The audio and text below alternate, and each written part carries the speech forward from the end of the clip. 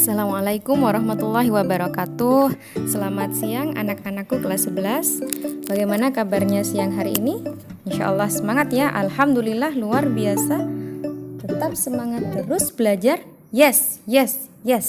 Baik, pada pertemuan minggu kemarin Ibu memberikan kalian tugas menulis dengan tangan kiri, gitu ya. Saya adalah pelajar SMK Negeri 1 Sumeneb dengan menggunakan tangan kiri sebanyak 1 halaman. Kemudian apa yang kalian rasakan? Tentu saja capek ya, capek, letih, tangannya pendet gitu ya, pada bode. Nah, kira-kira apa maksudnya Ibu kok ngasih tugas seperti itu kepada kalian? Gitu ya. Ada yang menjawab sudah tepat gitu ya. Nah, inilah hasil dari tulisan kalian ya dengan menggunakan tangan kiri. Dan saya rasa tidak akan ada yang tiba-tiba langsung bagus tulisannya. Ibu pun kalau disuruh nulis dengan tangan kiri hari ini secara spontan, pastilah tulisannya nggak jauh beda dengan yang kalian tulis. Jadi nggak usah khawatir, ini bukan masalah bagus-bagusan tulisan begitu ya. Jadi ibu tidak hendak membahas tentang itu. Tapi bagaimana makna yang terkandung dalam menulis menggunakan tangan kiri itu. Jadi kita sudah tahu ya bahwa menggunakan tangan kiri tidak semudah menggunakan tangan kanan. Mengapa menulis dengan tangan kanan menjadi sesuatu hal yang mudah? Kenapa kira-kira? Karena itu sudah menjadi hal yang biasa kalian kerjakan seperti itu. Sejak kecil kita sudah diajarkan oleh ibu kita, oleh guru-guru kita untuk menulis menggunakan tangan kanan.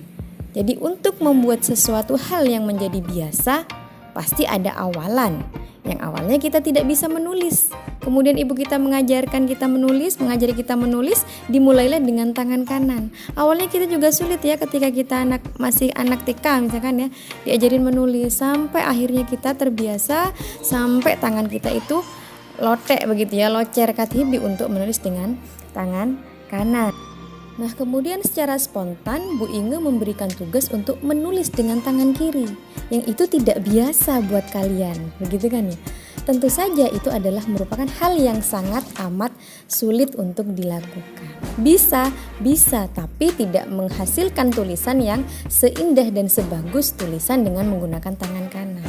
Apa maknanya, apa artinya?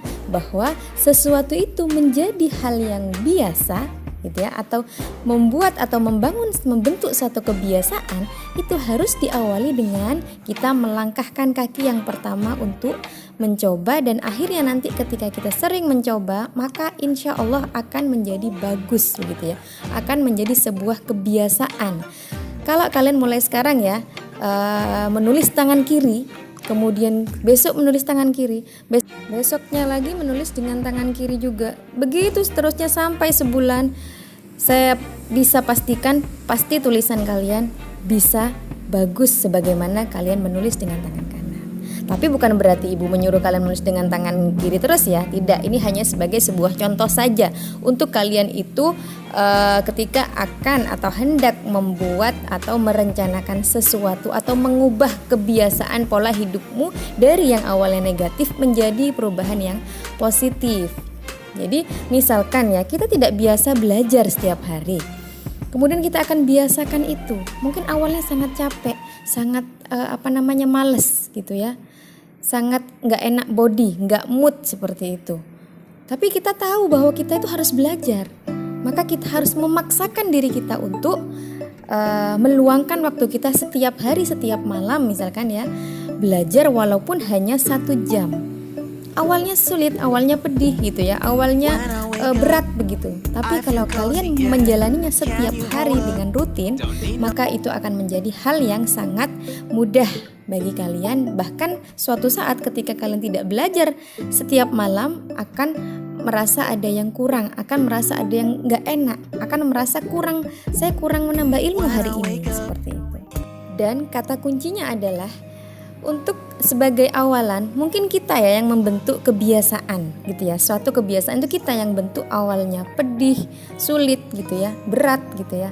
Tapi ketika kita sudah rutin menjalaninya, maka suatu saat kebiasaan itulah yang yang sudah terjadwal dalam kehidupan kita. Kebiasaan itulah yang menyetir kehidupan kita. Saya ambil contoh. Siapa yang pernah coba-coba merokok atau yang sudah sekarang menjadi pecandu rokok misalkan ya, nggak enak kalau nggak merokok. Awalnya kalian sebelum tahu merasakan nikmatnya rokok kan coba-coba dulu ya.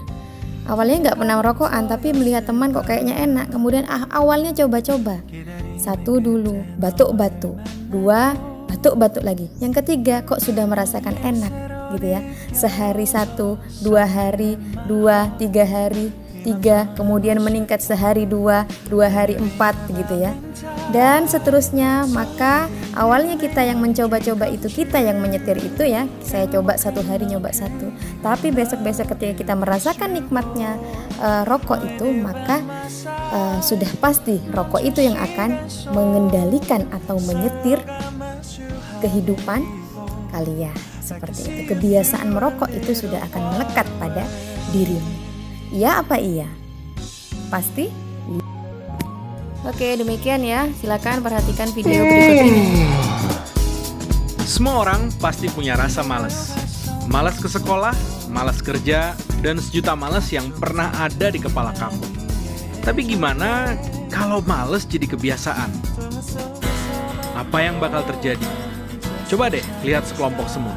Perhatikan tingkah lakunya dan lihatlah betapa bijaknya mereka. Semut, biarpun gak ada yang mimpin, ngatur, atau ngasih tahu, tetap bekerja menyediakan dan mengumpulkan makanannya. Hari gini masih males, masih nyantai aja.